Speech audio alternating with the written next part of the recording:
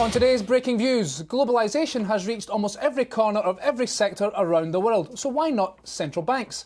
And why floating the Russian stock exchange won't turn Moscow into a new Wall Street. Here with me now is Reuters Breaking Views assistant editor Robert Cole. Robert, your piece on globalisation is very interesting in that you highlight the point that nowhere is nationalism and independence more entrenched than central banking, but that's not going to change anytime soon, is it? Well, I don't know whether it's going to change anytime soon or not, but doesn't undermine the piece. I mean, we're in the business of trying to put some ideas out there, and of course, when you think about it, it seems it's completely ridiculous, isn't it?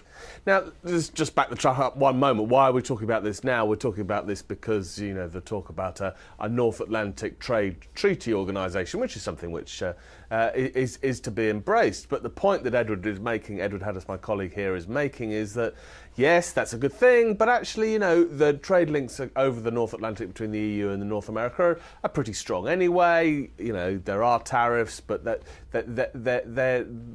more work on that isn't going to sort of be a game changer. What might be a game changer, though, is if national central banks sort of did look on a more globalised basis, and they're one of the few kind of institutions which do seem to be sort of proudly nationalistic. If you think about the car industry or financial services and the private sector, they're not of that way. And of course, that feeds into sort of counter those kind of arguments which some people have had, saying, "Oh, we must have a Brit as the head of the Bank of England." Of course, it doesn't make it the slightest bit of difference, I don't think, that we have a Canadian. So can I glean from what you're saying then is that is the ECB, the European Central Bank, it's a success story, a role model, something to be followed? Well, absolutely, yes. I think that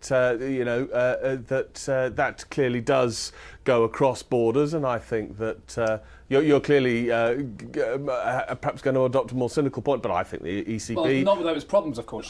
Who isn't, Jamie? Who isn't? But I think that the ECB has worked pretty well, actually, in what have been some extremely trying circumstances, serious enough to break most institutions. Mm-hmm. And the ECB, for all its faults and for all its challenges and for all its difficulties, is still there and is still coping. Talking of globalisation and wanting to be big players on a global stage, Moscow, the stock exchange is floating and clearly has ambitions to be a player on the global scene.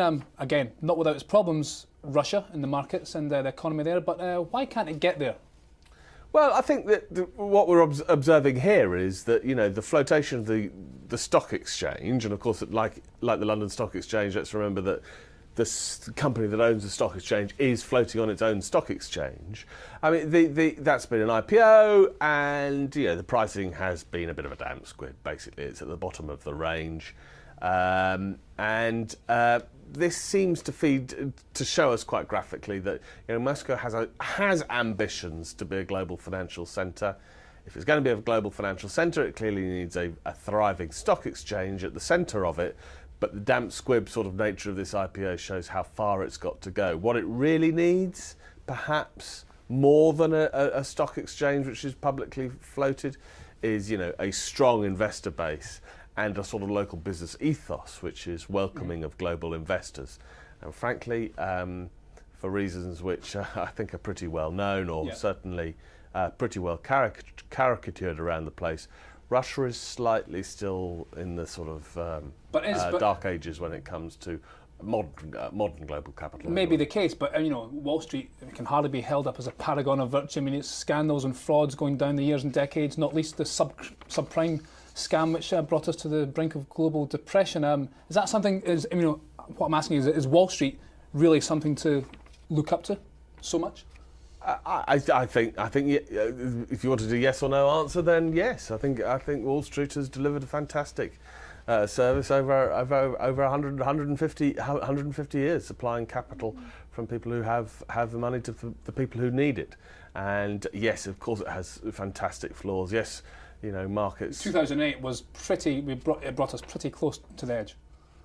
Absolutely, but this is not a function of Wall Street so much as the people who work on Wall Street, and the institutions on Wall Street are very necessary to to fuel the global economy. And if Moscow wants that kind of position, I think it has to take several leaves out of Moscow, out of Wall Street books, and indeed the books from the City of London, or indeed Dubai and some other places. But no, life isn't perfect, Jamie. But I think Moscow has quite a long way to go. Life isn't perfect. OK, on that bombshell, Robert, thank you very much. That was Robert Cole, and for more agenda-setting financial insight, watch our US Breakingviews show every day, 12:30 Eastern, 17:30 GMT. I'm Jamie McGeever. This is Reuters.